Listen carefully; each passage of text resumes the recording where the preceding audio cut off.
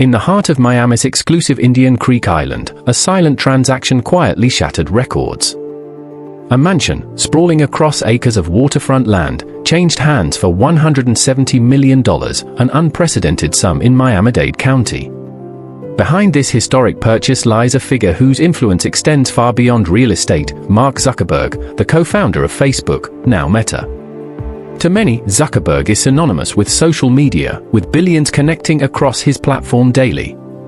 Yet, beneath the public persona of a tech visionary, there exists a complex narrative, a billionaire whose lifestyle, spending, and private endeavors reflect a world few will ever truly see. Today, we explore not just the mansion itself, but the man who chose it, the wealth that made it possible, and the cultural currents that propelled Miami into a global billionaire haven. As we peel back layers of history, we will discover why this purchase is more than a luxury. It is a symbol of power, privacy, and the subtle influence of money in shaping cities and lives. But how did Miami, once a modest coastal city, become a playground for the ultra-wealthy, and what does this say about the evolution of wealth in the 21st century? Miami's ascent into the world of ultra-luxury real estate did not happen overnight. Decades of development, strategic investments, and an influx of global capital transformed this city into a haven for billionaires seeking sun, privacy, and tax advantages. Indian Creek Island, often referred to as the Billionaire Bunker, epitomizes this transformation. With only 41 homes scattered across the island, each estate commands unmatched exclusivity. The land itself is scarce, and scarcity drives value in ways that conventional markets cannot comprehend. Waterfront estates with direct ocean access, private docks, and sprawling gardens are no longer simply homes, they are statements of status. Yet the island's allure is not just physical. It offers a rare combination of security, privacy, and exclusivity that attracts individuals who must live their lives under constant public scrutiny. And while the idea of a private island mansion may evoke visions of extravagance, there is an intricate strategy behind these purchases. Privacy is currency, and these properties are a shield against intrusion in a world that increasingly scrutinizes wealth. But why did Zuckerberg, a figure often characterized as frugal, choose this particular estate over others that could have provided even more opulence? The mansion itself, still under construction, is a testament to modern architectural ambition and technological luxury. Spanning over 30,000 square feet, it boasts 9 bedrooms and more than 11 bathrooms, alongside hidden features designed for both comfort and security. Among these are secret libraries, expansive wellness spaces including gyms and massage rooms, and even a 1,500-gallon aquarium, hinting at a desire to merge the organic with the artificial. Outdoor spaces are equally impressive, with private pools, waterfront docks, and meticulously landscaped gardens designed to create both beauty and seclusion. Yet these physical marvels only scratch the surface. The design choices reflect the psychology of ultra-wealth. Each room, each amenity, each hidden corridor is a calculated measure to ensure control over space, environment, and the experience of those who enter.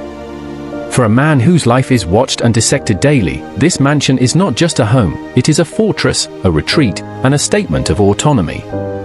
But even with walls this high, the question lingers: what drives a billionaire known for frugality to invest so deeply in property, and what does it reveal about his relationship with wealth and privacy? To understand Zuckerberg's real estate choices, one must first understand his approach to wealth. Unlike many billionaires who flaunt their fortune with ostentatious consumption, Zuckerberg exhibits a complex duality. His personal wardrobe is famously minimal. Jeans, t-shirts, and hoodies dominate, a deliberate choice that signals both practicality and detachment from material excess. Yet, when it comes to real estate, privacy, and investment, his decisions are anything but restrained. Palo Alto became his first compound, purchased to expand his personal domain through strategic acquisitions of surrounding lots. In Lake Tahoe and Hawaii, he sought landscapes that combined natural beauty with personal control. The Miami purchase is the latest and perhaps most extreme manifestation of this philosophy: expensive, secure, private, but not publicly ostentatious in the conventional sense. This duality raises a paradox. How does one reconcile a public image of modesty with a private life defined by 7-figure homes, extensive security, and record-breaking acquisitions? The answer lies in understanding wealth not as display but as a tool, one that allows freedom, autonomy, and influence in ways that cash alone cannot measure. Yet Zuckerberg's wealth is not purely for personal enjoyment. Philanthropy defines a significant portion of his life's mission. In 2015, he and his wife, Priscilla Chan, founded the Chan Zuckerberg Initiative, pledging to donate 99% of their Facebook shares over their lifetimes to causes spanning disease research, education, and community development. This is not philanthropy for recognition, it is institutional, strategic, and aimed at lasting impact. From funding personalized learning tools to supporting scientific research with potentially global repercussions, the initiative reflects a deliberate effort to convert private wealth into public influence. In this sense, Zuckerberg's mansion is not merely a residence, it is the personal domain of a man operating on multiple scales simultaneously, a private billionaire seeking seclusion, a public philanthropist shaping social outcomes, and a technological visionary controlling one of the largest digital networks in history. But such vast influence comes with scrutiny, and with scrutiny comes pressure, raising the question of how personal retreats, like the Indian Creek Mansion, become essential in maintaining equilibrium. Miami's real estate history offers context for this record-breaking purchase. Over the last decade, the city has seen an exponential rise in ultra-luxury sales, from $38 million estates in the early 2010s to over $120 million by 2025. Indian Creek and Star Island have been at the center of this surge, drawing tech billionaires, finance magnates, and celebrities seeking privacy and security. Yet even amidst this boom, a $170 million purchase breaks the county record, surpassing previous sales by nearly 50%. This is not simply an anomaly, it is the culmination of market trends driven by scarcity, wealth migration, and strategic acquisition. Florida's lack of state income tax, combined with Miami's growing cultural prominence, makes it an attractive alternative to California and New York.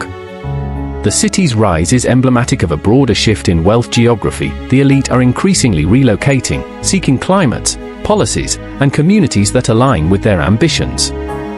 And while Miami offers sun, ocean, and exclusivity, it also provides a canvas for individuals like Zuckerberg to craft their private worlds, untouched by the relentless glare of the public eye. The mansion's record price also illuminates the psychology of scarcity in real estate. In a market where only a handful of properties offer direct waterfront access, private islands, or extensive acreage, value is not merely determined by construction quality or amenities, it is determined by access and rarity. Indian Creek, with fewer than 50 estates, creates an environment where ultra-wealthy buyers are competing for positions in an exclusive ecosystem. Here, homes are not commodities, they are instruments of influence and security. For Zuckerberg, whose life is scrutinized online and whose decisions have worldwide impact, controlling access and ensuring privacy are paramount. Every gate, every waterfront meter, every room hidden from view is a reflection of a philosophy that values control over display, seclusion over spectacle. And yet, even in this fortress of luxury, questions linger. What does a $170 million home tell us about modern wealth, societal structures, and the lengths to which power seeks physical space to maintain equilibrium? But luxury real estate is only one lens through which to examine Zuckerberg's life. His spending habits, when viewed holistically, reveal a deliberate strategy. On one hand, he drives modest vehicles, maintains a minimalist wardrobe, and avoids overtly ostentatious consumerism. On the other, his investments in homes, security, and high-end technology signal an intense focus on control and autonomy. It is a paradox that seems contradictory until one recognizes the underlying motive. For Zuckerberg, wealth is a means to an end, a tool to create environments in which he can operate unobserved, think deeply, and pursue long-term visions. His home purchases, therefore, are not indulgences in vanity but strategic choices that ensure personal space in a world increasingly dominated by digital exposure. Yet this careful orchestration of personal and professional life raises a profound question: can privacy truly exist at the highest levels of power, or is it merely the illusion of control provided by wealth and space? Zuckerberg's duality extends into public perception.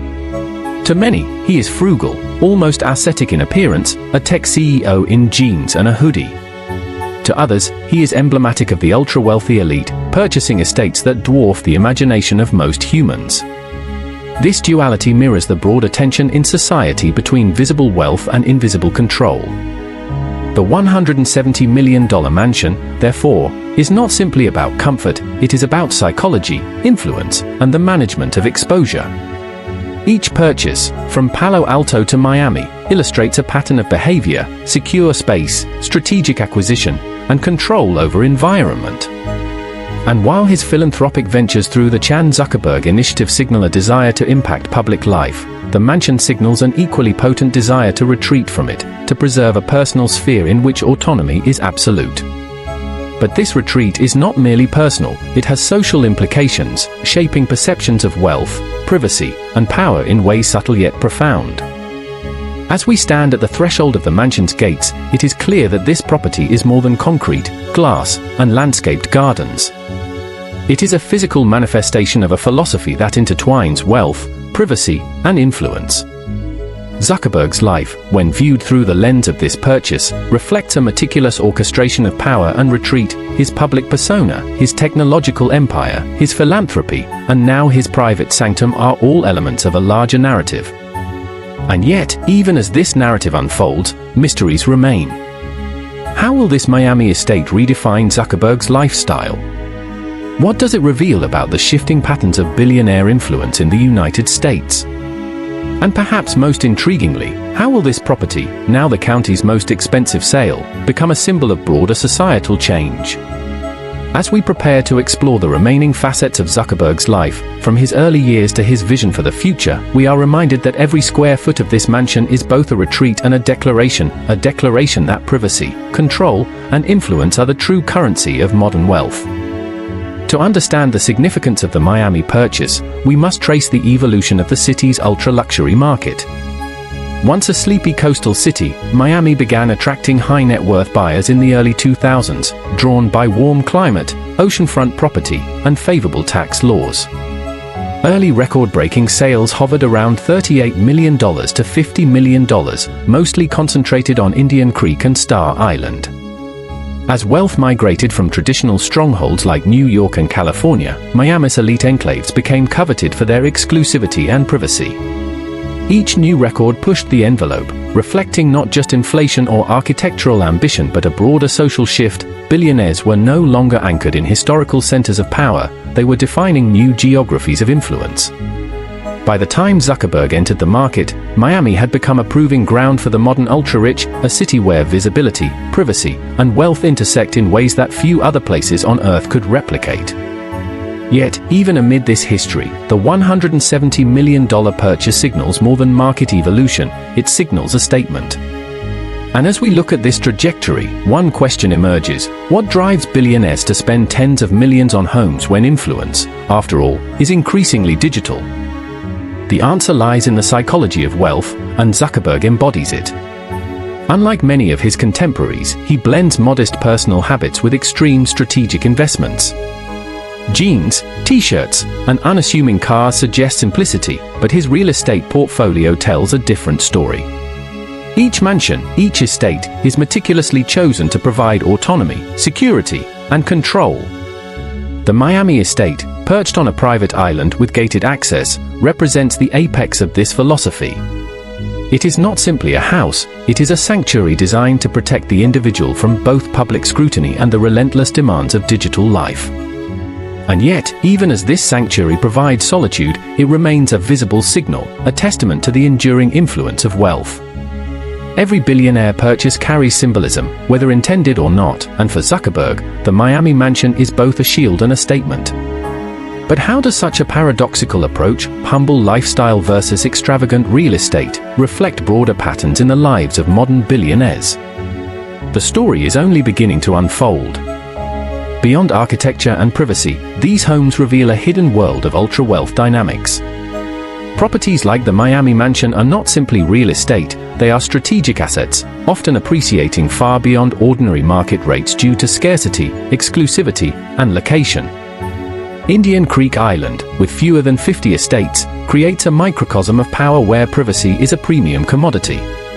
Buyers are competing not just for space, but for control over their environment. In this world, every waterfront meter, every secluded garden, and every gated entrance represents a form of influence. For Zuckerberg, these spaces are extensions of his life philosophy, a carefully curated environment to facilitate decision-making, reflection, and long-term planning. And yet, the existence of such estates raises profound questions about the intersection of wealth and social stratification. When a single purchase surpasses the combined worth of entire communities, what does it reveal about the priorities and values of the ultra-rich? The answer lies in the tension between public impact and private sanctuary, a tension that defines the modern billionaire experience. While privacy and control dominate the rationale for such acquisitions, the Miami estate also reflects a long-standing pattern of wealth migration. In recent years, tech billionaires have increasingly relocated from Silicon Valley to Florida, drawn by tax incentives, lifestyle, and the allure of cities willing to accommodate extreme wealth. Zuckerberg is part of a broader cohort, figures like Larry Page, Sergey Brin, and Jeff Bezos, who have made strategic moves to areas that maximize personal benefit while minimizing bureaucratic friction. These migrations reshape local economies, drive property values upward, and subtly influence civic culture. Miami is no longer merely a vacation destination, it is a symbol of the 21st century billionaire's autonomy, a city where wealth can manifest as both privacy and prestige. And as we examine this trend, it becomes clear that every ultra-luxury purchase tells a story far larger than bricks and mortar. It tells the story of power, influence, and the ever-shifting geography of the global elite. Yet, within these transformations, the question persists: how do ordinary communities perceive this influx of wealth, and what social consequences will emerge in the coming decades? Zuckerberg's lifestyle further complicates this narrative. Despite the immense wealth represented by his holdings, he maintains a public image of minimalism. Hoodies, t-shirts, and casual jeans dominate his appearance, and he drives relatively modest vehicles compared to his mansion portfolio. This juxtaposition of personal frugality and private extravagance reveals a calculated approach to visibility. Public modesty masks strategic accumulation of assets designed for privacy, security, and influence. The Miami mansion epitomizes this duality, visible enough to make a statement about power, yet private enough to protect the individual behind it. It is an environment that fosters autonomy while shielding against the digital and societal pressures that accompany extreme wealth. This paradox lies at the heart of Zuckerberg's life philosophy: outward humility, inward control. And yet, for all its strategic design, the mansion represents a challenge. How does one truly maintain privacy when the very act of acquiring it makes global headlines? And what does this reveal about the delicate balance billionaires must strike between visibility and seclusion? Philanthropy adds another dimension to Zuckerberg's narrative. Through the Chan Zuckerberg Initiative, he and his wife have pledged to give away the vast majority of their wealth, targeting causes from education to disease research.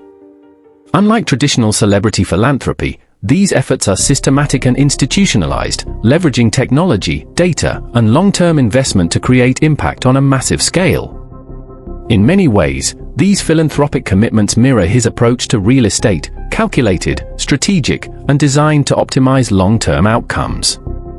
The mansion, while representing personal autonomy, exists in parallel to these global ambitions. This duality, extravagant privacy alongside ambitious social initiatives, highlights a life that operates simultaneously on intimate and planetary scales. Yet, even with such commitments, scrutiny persists. How do billions spent on private estates coexist with billions pledged to global causes, and what does this tension reveal about the nature of power, wealth, and responsibility in the modern era? Miami's $170 million record purchase also signals a psychological shift in the ultra-wealthy market. Homes are no longer purchased solely for comfort, they are purchased as statements, strategic positions in the social and economic landscape. Indian Creek, with its limited availability, ensures that residents exist within a closed ecosystem, where exclusivity and influence reinforce each other. For Zuckerberg, this is as much a social strategy as it is a personal one. Living within a cohort of other tech magnates and financial elites creates both opportunity and security, a world where collaboration, competition, and privacy coalesce. Yet the stakes are high. When one purchase resets the record, the ripple effects affect neighbors, competitors, and even the broader perception of wealth in society. Each transaction in this market is thus both personal and political, reflecting a sophisticated understanding of how wealth manifests beyond the balance sheet. And as the story of this mansion unfolds, we are left to wonder, what precedents does this set for future acquisitions, and how far will billionaire real estate ambition stretch in the coming years? Even beyond the physical structure, the Miami mansion embodies the tension between visibility and invisibility. Every feature, the secret libraries, hidden wellness rooms, and private docks, is designed to create a space where control is absolute. Yet, paradoxically, the purchase itself is a headline-making event, broadcast to a world fascinated by wealth. This reflects a broader cultural phenomenon. The ultra-rich simultaneously crave anonymity and acknowledgement. The mansion becomes both a fortress and a symbol, a private retreat and a public signal. Zuckerberg's life, like his properties, exists in this dual state. The question arises, can anyone truly live apart from public scrutiny in the 21st century, or is privacy simply a luxury purchased at record-breaking costs? Each architectural decision, each gated entrance, and each secluded garden is part of a strategy to navigate this modern dilemma, a strategy that few will ever fully comprehend. The mansion also mirrors the evolution of luxury real estate itself. Over the past 2 decades, Miami has moved from high-end vacation homes to estates commanding hundreds of millions, reflecting scarcity, exclusivity, and global capital flows. Indian Creek and Star Island, in particular, have become laboratories of wealth, where each new acquisition sets a benchmark for price, style, and security.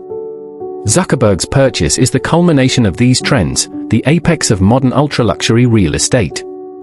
Yet, for all its size, value, and strategic importance, the mansion is also a reflection of the human desire for control, a space where one can retreat from societal pressures, technological exposure, and public scrutiny. And as these estates grow ever more expensive, they raise profound societal questions. What is the impact of such concentrated wealth on local communities, and how does it shape perceptions of fairness, aspiration, and possibility in a world increasingly defined by extremes? Finally, this mansion is a window into Zuckerberg's life philosophy. It reflects a careful orchestration of power, privacy, and influence, balancing modest public presentation with private extravagance. Each estate he acquires is a tool for autonomy, each philanthropic initiative a vehicle for social influence, and each headline generated by his wealth a reminder of his visibility in a world that watches every move. The Miami mansion is thus both sanctuary and statement, a place to retreat, a place to project, and a tangible manifestation of wealth's duality in the modern era. But even at the pinnacle of real estate achievement, questions remain unanswered. How will the Miami estate shape Zuckerberg's daily life?